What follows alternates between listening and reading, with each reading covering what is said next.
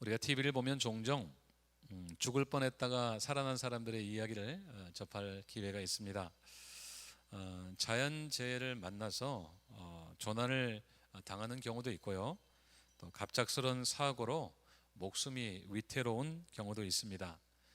그러다가 극적으로 구조를 받아서 살아난 사람들의 이야기를 들어보면 한 가지 공통점이 있어요. 자신이 지금 살아있다는 것에 감격해야 하고요. 동시에 그 이후의 삶에 대한 진지한 태도를 가지게 되는 것입니다. 보통 그렇죠. 죽다가 살아났으니까 앞으로는 좀 잘 살아봐야겠습니다. 그런 반응이 대다수입니다. 거의 비슷한 말들을 다 하시는 것 같아요. 제2의 인생을 산다고도 하시고 이제는 보너스 인생을 산다고도 그렇게 합니다. 앞으로는 착한 일도 많이 하고 어려운 사람도 좀 많이 돕고 나를 힘들게 한 사람들도 좀 용서하면서 살겠다고 그렇게 하는 분도 있습니다. 하나같이 인생의 의미를 그렇게 생각하는 것 같습니다. 이전에는 그냥 흘러가는 대로 살았다면 이제는 그 하마터면 목숨을 잃을 뻔한 위기를 겪고 난 다음에는 본능적으로 자신의 인생에 의미가 있음을 생각하게 되고 그 이후의 삶에 대해서 진지한 태도를 가지게 되는 것 같습니다. 자신이 지금 살아있음을 깨닫고 나니까 새삼 삶의 의미와 목적에 대해서 생각하게 되는 겁니다. 막 살면 안 되겠구나. 내가 지금 살아있는 것은 뭔가 뜻이 있구나 하면서 자신의 삶을 들여다보는 것이죠. 저는 오늘 여러분과 함께 우리 안에 있는 새 생명에 대해서 함께 생각을 해보려고 합니다. 잘 아시는 대로 에베소서는 사도 바울이 옥중에서 쓴 편지 중에 하나입니다. 소위 말하는 옥중서신이죠. 잠깐 성경 공부해 볼까요? 옥중서신이 총 몇 개 있나요? 4개가 있죠. 자, 4개가 뭡니까? 에베소서, 빌립보서, 골로새서, 빌레몬서, 에빌골빌, 이 4개의 서신입니다.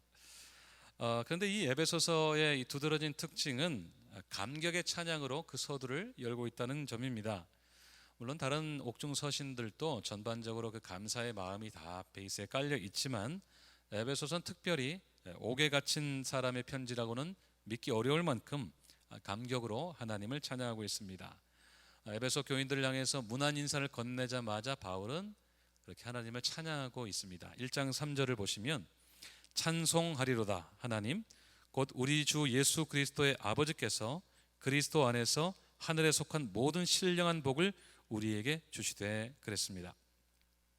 그가 옥중에 갇혀 있으면서도 하나님을 찬송하지 않을 수 없는 이유를 분명히 밝히고 있습니다. 하늘에 속한 모든 신령한 복을 우리가 받았다는 것이죠. 그 복은 2절 이하에 쭉 나오는 구원의 은혜를 다 가리키는데요, 동시에 오늘 우리가 읽은 본문의 근거가 되는 내용이기도 합니다.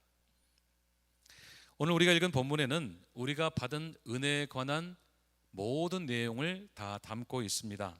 단 10절에 불과하지만 우리가 구원받기 이전의 상태, 그리고 우리가 구원을 받게 된 원리, 그리고 구원을 받고 난 다음에 우리의 영적인 상태, 그리고 하나님께서 우리를 구원하신 목적에 대해서 바울은 설명을 하고 있습니다. 아주 요약적으로 그렇게 설명을 하고 있습니다. 그것은 고스란히 바울이 옥중에서도 하나님을 찬양하지 않을 수 없었던 이유가 됩니다.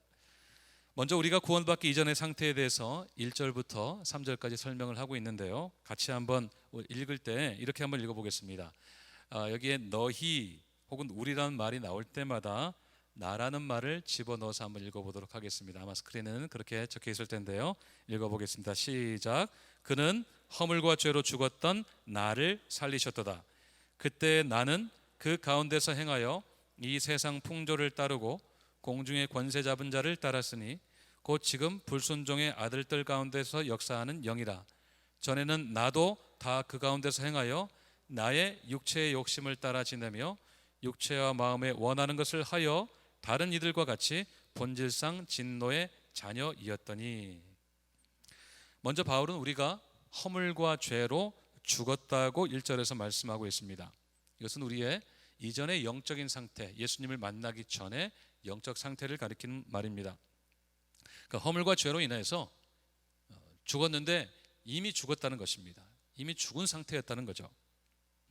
죽을 수밖에 없는이 아니라 이미 죽은입니다. 이게 참 중요한데요.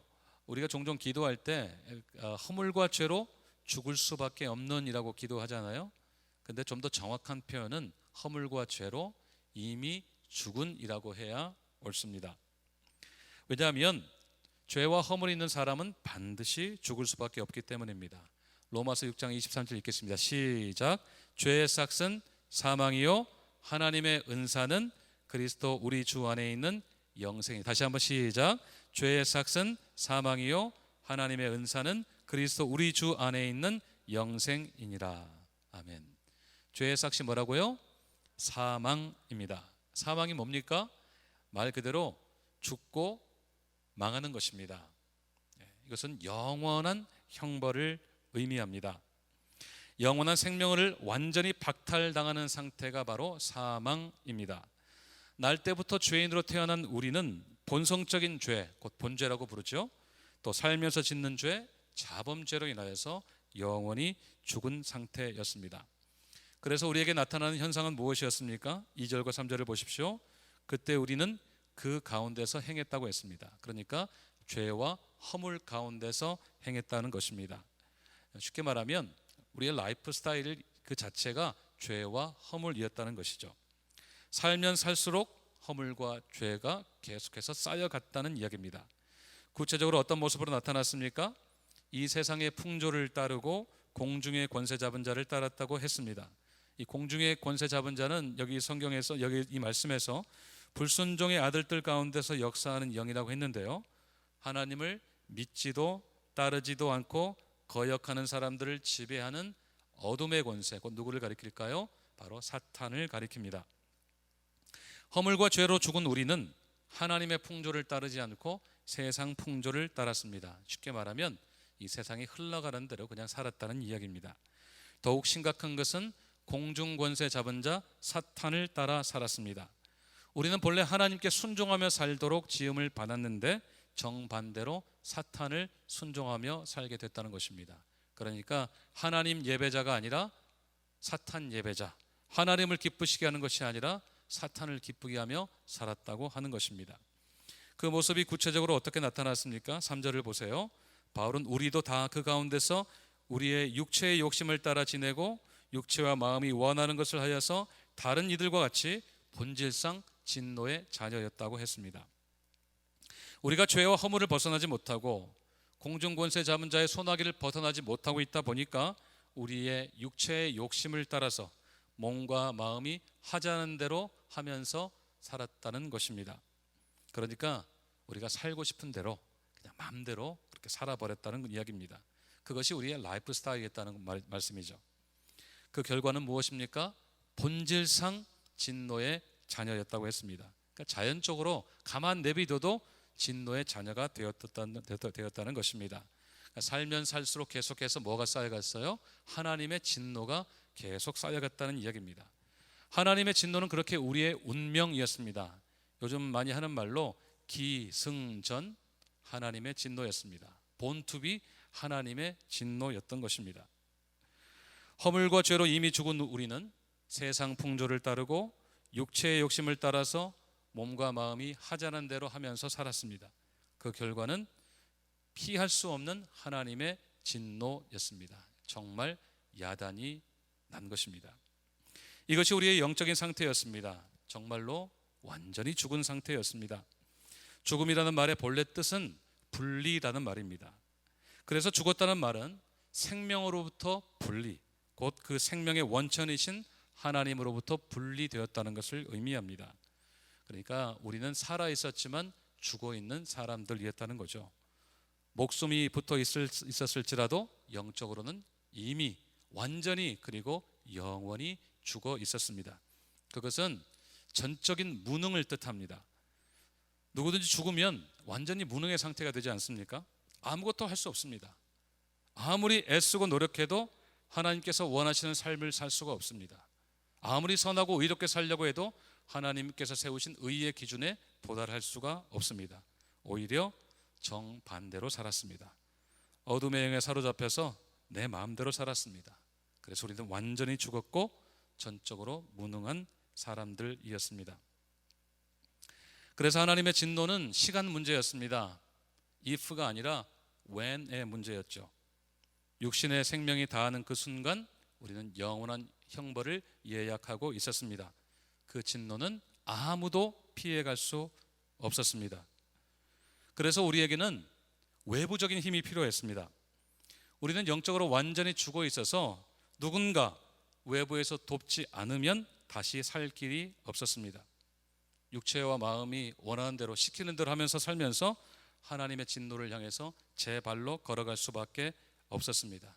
우리는 아무런 소망이 없었고 아무리 발버둥 쳐도 벗어날 수 없는 그런 치명적인 운명 가운데 있었던 것입니다. 그런데요, 이 절망이 바로 은혜의 출발점입니다. 내가 전적으로 무능했던 사람임을 인정하는 것, 내가 이미 죽은 사람이었음을 인정하는 것이 바로 영적인 회복의 출발점입니다. 특별히 우리의 죄를 회개하고 거룩해져가는 성화의 길에 다시 서기 위해서는 나는 소망이 없는 존재였음을 처절하게 인식하고 인정해야 합니다. 존 스타트 목사님이 이런 이야기를 하셨어요. 회개와 성화는 자기 절망에서부터 시작한다. 우리 자신이 절망적인 존재였음을 자꾸 망각하니까 회개가 잘 안 됩니다. 내가 그렇게 뭐 회개할 게 있다고 이렇게 됩니다. 내가 영적으로 완전히 무능한 사람이었음을 자꾸 잊어버리니까 좀 거룩해져야겠다는 성화에 대한 갈망이 우리 안에 희박해져 갑니다. 그래서 영적인 무기력 속에서 쉽게 헤어나오지를 못하게 되는 거죠. 겨우 숨만 쉬고 사는 것입니다.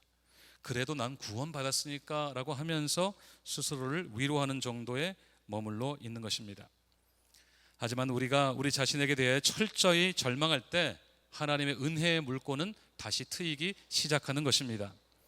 지난주에 회개에 대해서 지난주 수요일 저녁에 나눴는데요, 우리가 우리의 무능함을 인정할 때 회개를 통해 구원의 즐거움이 회복되게 되는 것입니다. 상하고 통회하는 마음 그 자체를 예배로 받으시는 하나님께서 우리를 만져주시는 것입니다. 우리의 예배가 회복되고 하나님과 더 깊은 관계로 나아가게 되는 것입니다. 우리의 절망은 결코 절망으로 끝나지 않는 것입니다. 여러분, 그것이 가능한 이유가 무엇일까요? 우리의 절망에 그런 반전이 있는 이유가 무엇입니까? 우리 하나님께서 우리에게 놀라운 일을 행하셨기 때문입니다. 우리 4절부터 6절까지 말씀을 다시 한번 읽겠는데요, 이번에도 마찬가지로 우리라는 말 대신에 나를 집어넣어서 한번 읽어보도록 하겠습니다. 시작. 긍휼이 풍성한 하나님이 나를 사랑하신 그 큰 사랑을 인하여 허물로 죽은 나를 그리스도와 함께 살리셨고 나는 은혜로 구원을 받은 것이라. 또 함께 일으키사 그리스도 예수 안에서 함께 하늘에 앉히시니. 아멘. 죽었던 우리를 완전히 살려주셨다는 것입니다. 이것이 지금 예수를 믿고 난 다음에 우리의 영적인 상태를 말해줍니다. 허물과 죄로 이미 죽어서 전적으로 무기력했던 우리를 다시 살려주셨다는 것입니다. 5절을 보십시오. 허물로 죽은 우리를 그리스도와 함께 살려주셨다고 했습니다. 그러니까 예수님과 함께 죽고 예수님과 함께 다시 살게 하셨다는 말씀입니다. 갈라디아서 2장 20절에 이렇게 말씀합니다. 내가 그리스도와 함께 십자가에 못 박혔나니 그런즉 이제는 내가 사는 것이 아니요 오직 내 안에 누가 사십니까? 그리스도께서 사시는 것입니다. 그리스도의 죽음이 우리의 죽음이 되고 그리스도의 부활이 우리의 부활이 되게 하셨다는 말씀입니다. 다시 말하자면 그리스도께서 우리의 이름으로 죽으셨고 우리의 이름으로 부활하셨다는 말씀입니다. 우리를 이미 죽게 만든 허물과 죄를 대신 담당하신 예수님께서 우리의 이름으로 십자가에 죽으셔서 우리의 죄에 대한 모든 대가를 다 페이 오프 하셨다는 것입니다. 그리고 그리스도의 부활이 우리의 부활되게 하셔서 죽었던 우리를 다시 살게 해주셨다고 하는 말씀입니다.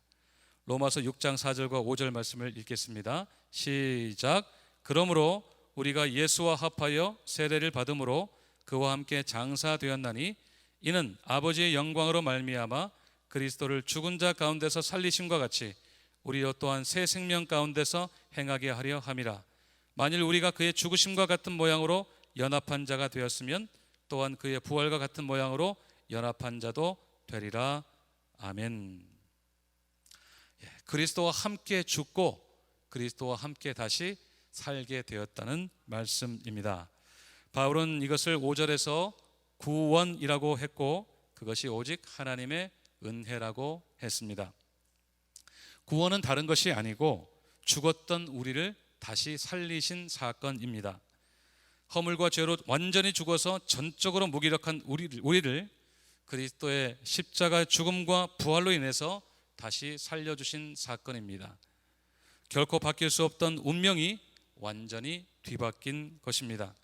본질상 진노의 자녀에서 하나님의 자녀가 되는 아버지가 바뀌는 그런 역사가 있었습니다. 우리가 그렇잖아요. 성격이 조금만 바뀌어도 사람이 참 달라졌다고 그러는데 우리의 운명이 뒤바뀐 사건은 얼마나 놀랍고 위대한 일입니까? 그것도 우리의 힘과 노력이 아니라 하나님의 일하심의 결과였음을 생각할 때 얼마나 더욱 그렇습니까? 여러분, 이것은 오직 하나님의 사랑 때문이었습니다. 4절을 보십시오. 긍휼이 풍성한 하나님이 우리를 사랑하신 그 큰 사랑을 인하여 그랬습니다. 우리를 불쌍히 여기신 하나님의 그 사랑 때문에 우리를 구원해 주셨다는 말씀입니다. 그래서 우리가 구원받은 것은 하나님의 사랑의 결과이고 그것을 바울은 은혜라고 규정하고 있습니다. 그 은혜가 8절과 9절에서 어떻게 나타나고 있습니까? 믿음으로 우리가 구원받은 것을 설명하고 있습니다. 몇 주 전에 믿음에 대해서 말씀드렸던 것을 기억하실 것입니다. 믿음은 전적으로 뭐라고 했습니까? 하나님의 선물이다, 주어지는 것이다, 이렇게 말씀을 드렸습니다. 하나님께서 선물로 주신 바로 그 믿음 때문에 우리가 구원을 받았다고 하는 말씀입니다. 우리의 어떤 행위도 노력도 공로로 작용한 것이 아니라 전적으로 하나님께서 선물로 주신 믿음 때문에 우리가 구원을 받았다고 하는 것입니다. 여러분, 은혜라고 하는 말의 본래 뜻이 뭡니까? 자격 없는 자에게 거저 주시는 선물 아닙니까? 선물은 주는 사람 마음입니다. 내가 주고 싶은 사람을 주는 게 선물이에요. 우리 주변에 있는 사람들이 생일 맞았다고 우리가 다 선물을 주지 않죠. 우리가 주고 싶은 사람에게 또 주고 싶은 만큼 주는 게 선물입니다. 하나님께서 우리에게 선물을 주셨다는 것은 하나님께서 우리에게 믿음을 주고 싶으셨고 그리고 우리에게 구원을 베풀고 싶으셔서 그렇게 하셨다는 것입니다. 우리를 핀포인트 하셔서 바로 우리에게 믿음을 주심으로 우리에게 구원이라고 하는 선물이 주어졌다는 것입니다. 그래서 우리가 구원받은 것은 오직 믿음 때문이고 그 믿음이 선물이었던 것, 이것이 우리가 구원받게 된 원리인 것입니다. 사랑하는 여러분, 이 하나님의 은혜는 다른 어떤 것으로도 대체되거나 다른 어떤 것에 비해서 가볍게 여겨져서는 안 됩니다. 허물과 죄로 완전히 죽었던 우리가 하나님의 사랑과 그 은혜의 결과로 다시 살게 된 것은 우리가 누리는 은혜의 전부여야 합니다. 다시 말씀드립니다. 그 구원의 은혜는 우리가 누리는 은혜의 전부여야 합니다. 예수님을 절대로 믿지 않았을 우리가 성령의 역사로 믿게 하시고 그 믿음으로 인해서 구원을 받은 것은 우리가 이 땅에서 살면서 받을 수 있는 가장 큰 은혜인 것을 꼭 기억하시기를 바랍니다. 그리고 우리가 받을 수 있는 궁극적인 은혜인 것을 꼭 믿으시기를 바랍니다. 우리가 이 은혜를 잊을 때요, 쉽게 시험에 듭니다. 왜냐하면 우리는 하나님의 은혜를 우리의 생각으로 정의하려고 하는 그런 경향이 있기 때문에 그렇습니다. 많은 경우에 우리는 하나님의 은혜를 우리의 기도에 대한 직접적인 응답으로 여기는 경향이 있습니다. 마음으로 소원했던 일들이 이루어지고 절박했던 일들이 시기적절하게 해결되는 것을 은혜라고 생각합니다. 액수도 딱딱 맞춰서 하나님께서 딱 우리 어카운트에 집어넣어 주시는 것 같은 건 말입니다. 자녀들도 잘 되고 어려운 일들도 해결되고 안 될 일도 되는 것도 다 그렇습니다. 물론 다 하나님께서 주시는 은혜의 한 모습들입니다. 아버지 되신 하나님께서 자녀인 우리에게 베푸시는 은혜의 모습들입니다. 하지만 이것이 이미 죽었다가 다시 살아난 그 은혜보다 더 우선시되면 안 됩니다. 왜냐하면 그 구원의 은혜를 망각할 때 우리는 자꾸 다른 데에 눈을 돌리기 쉽기 때문입니다. 내가 은혜라고 생각하는 일들이 계속해서 생기면 좋겠는데 그렇지 않을 때도 많기 때문에 그렇습니다. 내가 계획한 대로 일이 잘 되지 않고 기도한 대로 응답이 안 되고 문제가 해결되지 않을 때가 많습니다. 다른 사람들은 다 순탄해 보이는데 나만 어렵고 힘든 시간을 보내는 것 같은 때가 있습니다. 거룩하지 않게 사는 사람은, 세상과 적당히 타협하며 사는 사람들은 다 형통해 보이는데 말씀대로 살려고, 순종하며 살려고 애쓰는 나는 오히려 더 힘든 것 같습니다. 그럴 때면 우리가 낙심에 빠지기가 쉽습니다. 영적으로 침체되기가 쉽습니다. 여러 가지 이유가 있겠지만 죽었다 살아난 우리 그 은혜가 자꾸 주변으로 밀려나는 일 때문에 생기는 현상들입니다. 하나님께서 다른 사람들에게만 은혜를 주시고 나에게는 은혜를 주지 않는 것 같아서 하나님께 실망할 수도 있습니다. 왜 하나님께서 나만 덜 사랑하시냐고, 심한 경우에는 왜 나만 이렇게 미워하시냐고 그렇게 하나님을 원망할 수도 있습니다. 그럴 때 우리가 꼭 기억해야 될 것은 하나님의 은혜가 오늘 또 여전히 우리에게 주어지고 있다는 사실입니다. 그 증거가 무엇입니까? 오늘 내가 예수를 믿고 있다는 사실 때문입니다. 8절을 다시 보십시오. 너희는 그 은혜에 의하여 믿음으로 말미암아 구원을 얻었다고 하지 않았습니까? 우리가 구원을 얻을 수 있었던 믿음이 오늘 또 우리에게 선물로, 은혜로 주어지고 있다는 것입니다. 성령께서 날마다 우리에게 주시는 이 선물인 믿음이 하나님의 은혜의 증거라는 사실입니다. 우리가 날마다 우리의 영혼의 메일 박스를 열 때마다 거기에는 믿음이라고 하는 선물이 도착해 있습니다. Terms and Condition 이런 것이 따라다니는 조건적인 선물도 아니고요, 래플 같은 복불복 선물도 아닙니다. 우리를 너무나도 사랑하셔서 거저주시는 확실한 선물입니다. 그 선물에는 한 번도 배달 사고가 난 적이 없습니다. 반드시 우리의 영혼에 도착하는 선물입니다. 오늘 또 우리가 예수님을 믿고 있는 것, 그래서 여전히 우리가 하나님의 자녀인 것 그 자체가 하나님의 은혜의 증거인 것을 꼭 믿으시기를 바랍니다. 아침에 눈을 뜰 때, 고단한 일과를 마치고 잠자리에 들 때 여전히 예수님이 믿어진다면 하나님께서 오늘 또 나에게 은혜를 주시는구나. 아침에 깰 때에도 나에게 믿음을 주시고 잠자리에 들 때에도 여전히 나에게 믿음을 주시는구나. 역시 하나님은 나에게 지금도 은혜를 베풀고 계시는구나 생각하면 조금도 틀리지 않습니다. 한 번도 중단된 적이 없는 그 은혜가 바로 우리의 영적인 회복의 지점입니다. 그 감격이 회복될 때 우리가 은혜라고 고집했던 일들, 그 일들에 대한 집착들이 하나씩 둘씩 내려놓아지게 될 것입니다. 물론 우리가 우리의 삶의 필요를 놓고 기도해야 됩니다. 일용할 양식을 위해서 기도해야 됩니다. 또 우리가 원하는 것들을 하나님, 마음의 소원을 가지고 하나님께 기도해야 되지만 우리가 은혜라고 생각했던 것들, 이것 아니면 안 된다고 고집했던 모든 것들을 하나씩 둘씩 내려놓고 정리하게 되는 은혜가 하나님의 그 구원의 은혜를 생각할 때, 나에게 선물로 주신 그 믿음으로 인한 구원을 생각할 때 그렇게 된다고 하는 것입니다. 집착은 하지 않게 되고 더 이전보다 더 자유함을 누리게 될 것입니다. 그제서야 우리는 부요함을 누리게 될 것입니다. 나에게 이미 베풀어 주신 그 은혜가 얼마나 크고 놀라운가를 생각하면서 하나님 앞에 감사의 찬양을 올리게 될 것입니다. 그 은혜가 날마다 우리들의 삶에 충만하시기를 바랍니다. 마지막으로 하나님께서 우리에게 베푸신 그 구원의 은혜의 목적입니다. 7절을 보겠습니다. 7절 시작.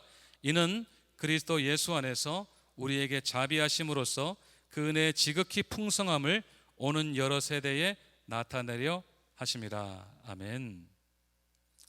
우리에게 자비를 베풀어 주신 하나님의 목적은 하나님의 은혜가 얼마나 풍성한지 세대를 거듭하며 드러내시는 것이었습니다. 이것은 완전히 죽었다가 완전히 살아난 우리의 삶의 목적이어야 합니다. 우리는 살면 살수록 하나님의 은혜가 얼마나 풍성한지를 더더욱 드러낼 수 있어야 합니다. 우리의 삶을 보면 하나님이 보여야 되고 하나님께서 베푸시는 그 놀라운 은혜의 크기가 보일 수 있어야 된다는 말씀입니다. 그것을 10절에서는 선한 일이라고 말씀하고 있는데요, 예수 그리스도 안에서 우리를 거듭나게 하셔서 새 사람이 되게 하신 목적이라고 밝히고 있습니다. 하나님은 이 일을 오래전부터 예비하셨다고 했습니다. 그렇기 때문에 우리가 이 땅에 존재하는 동안 결코 놓치지 말아야 될 삶의 목적이 되는 것입니다. 이것이 바로 은혜에 합당한 삶입니다. 저는 이것이 팔복의 삶으로 나타나야 된다고 생각합니다. 소금과 빛으로 표현되어야 합니다. 특별히 그 선한 일이 우리의 착한 행실로 곧 이웃사랑으로 나타날 때 하나님의 은혜가 가장 선명하게 드러나는 것입니다. 지난주일 설교를 기억하십니까? 특별히 4가지 말씀드렸는데요, 무엇이었습니까? 3일 지났는데 단기 기억 메모리가 온유함, 긍휼히 여김, 마음이 청결함, 그리고 화평케 하는, 마태복음 5장에 나옵니다.